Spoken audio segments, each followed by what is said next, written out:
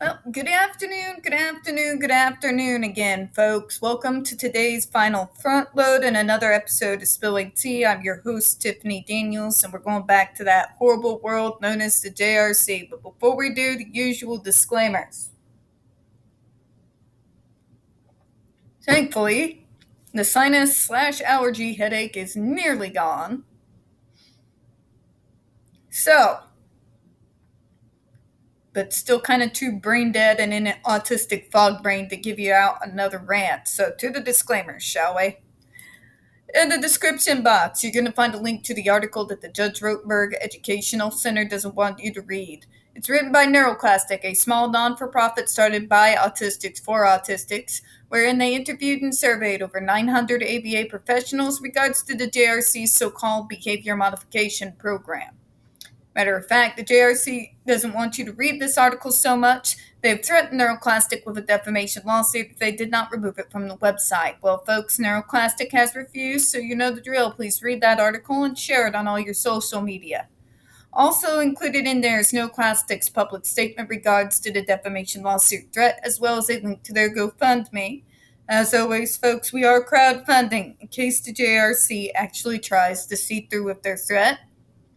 Also included in there, the Ozarks' first article in regards to the Agape boarding school, now known as Stone for Help boarding school situation, a so-called Christian-themed boarding school based out of Stockton, Missouri that takes in so-called troubled male teens that has impending over 21 civil lawsuits, claims, and allegations leveled against it, all which have been substantiated by the Missouri Department of Social Services, and they include the following: sodomy, rape, sexual assault, child abuse, psychological and emotional abuse, child trafficking, starvation, and that's just for starters.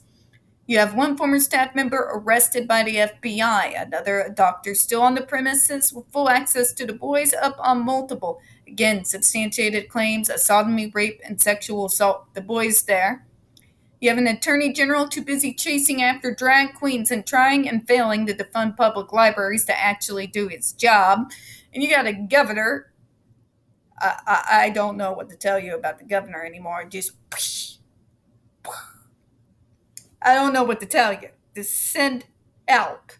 Please read that article. Share it on all your social media. We have the other usual links as well to the Stop the Shocks campaign, including the link to this particular little memorandum here. Autistic Hoya's massive archive on the subject. Jennifer Masumba's behavioral sheet of shockable offenses.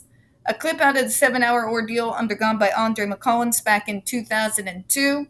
The templates and the ever-present self-explanatory change.org shut the Judge Rotenberg Center down petition. When we discuss the JRC, you're going to hear vivid descriptions of and catch clips of surveillance footage of people with disabilities being tortured and abused. If you got young children present, folks, please use your headphones, all right? All right, trigger warning. Folks, this channel is marked not for kids for a reason. We use profanity on occasion and speak on dark subjects. If your child is 16 and younger and they are watching this, very obviously parental supervision is very much advised, all right? All right, so this is coming from an organization that I am extremely well acquainted with, in particular the branch out here for the southwest sector of Centers for Independent Living. This is from the one out in New York. I've worked with them multiple times. They have been, in fact, one of the last refuges for people, autistic kids, that the state refuses to help.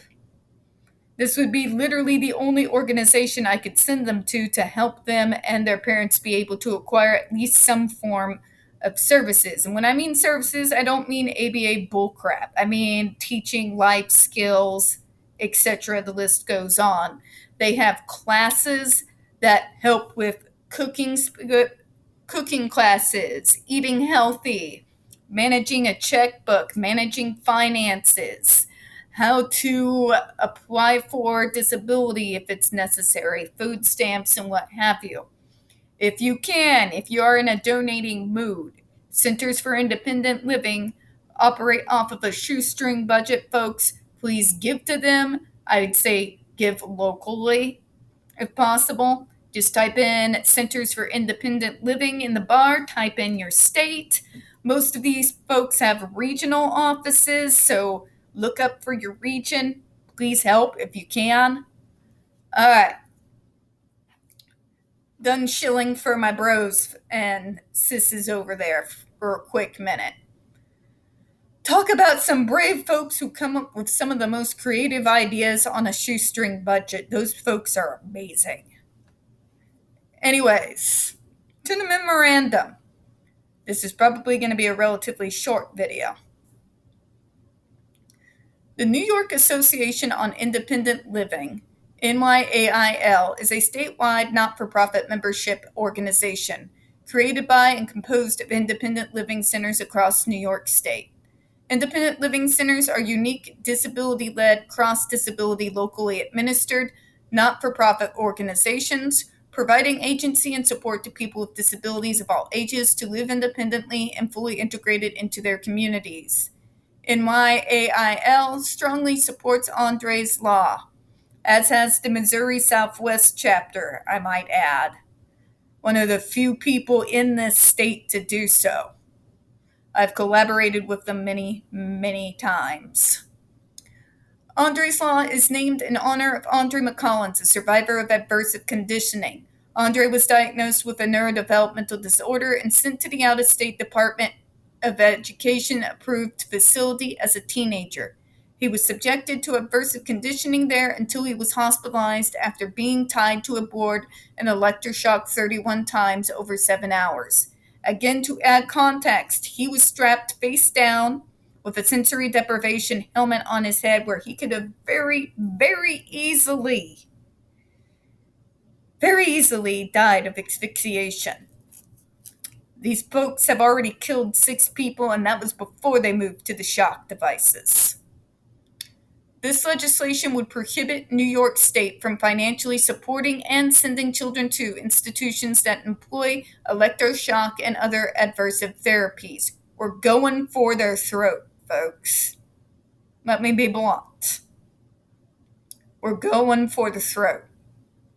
We are going for the one thing that they have been able to use to beat down state departments, politicians, and judges alike, their money.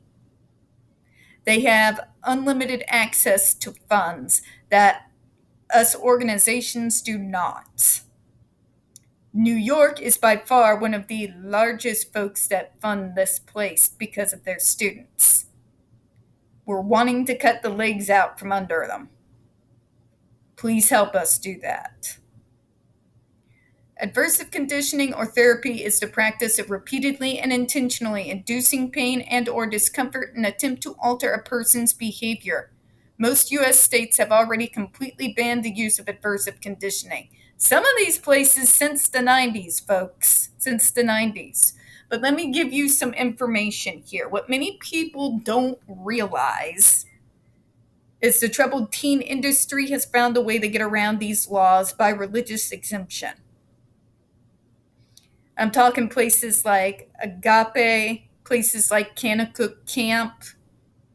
These places are no different from the JRC. I want you to hear me. No different at all. The only difference is the sales pitch.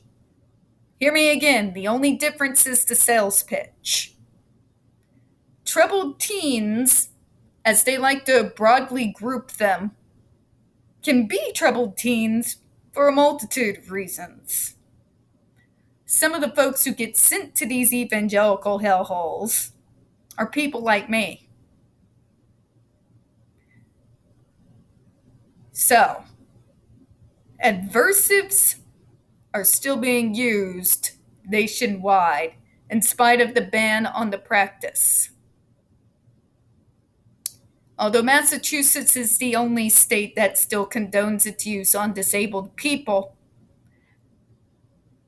although these places like Agape don't call it aversive conditioning, it's aversive conditioning. It's corporal punishment. Stuff that was outlawed in public schools years ago. We've got a lot of work to do. JRC is the juggernaut. I'm not going to lie. But I need to also make you aware that there is a string of evangelical schools that go from California all the way into the state of Florida. These schools pass employees around like party favors whenever they get caught and get in trouble. You've seen news reports on Twitter and other social media of people who used to work at Agape found with child porn on their computers in Kentucky. This is what I'm talking about. This place is the juggernaut. It's true. JRC is the mother of them all. But it's like a hydra. Please do not discount these other schools and the harm that they are doing, not just on disabled kids, but kids who suffer from mental health issues and just are being a teenager, because we don't allow teenagers to be teenagers anymore.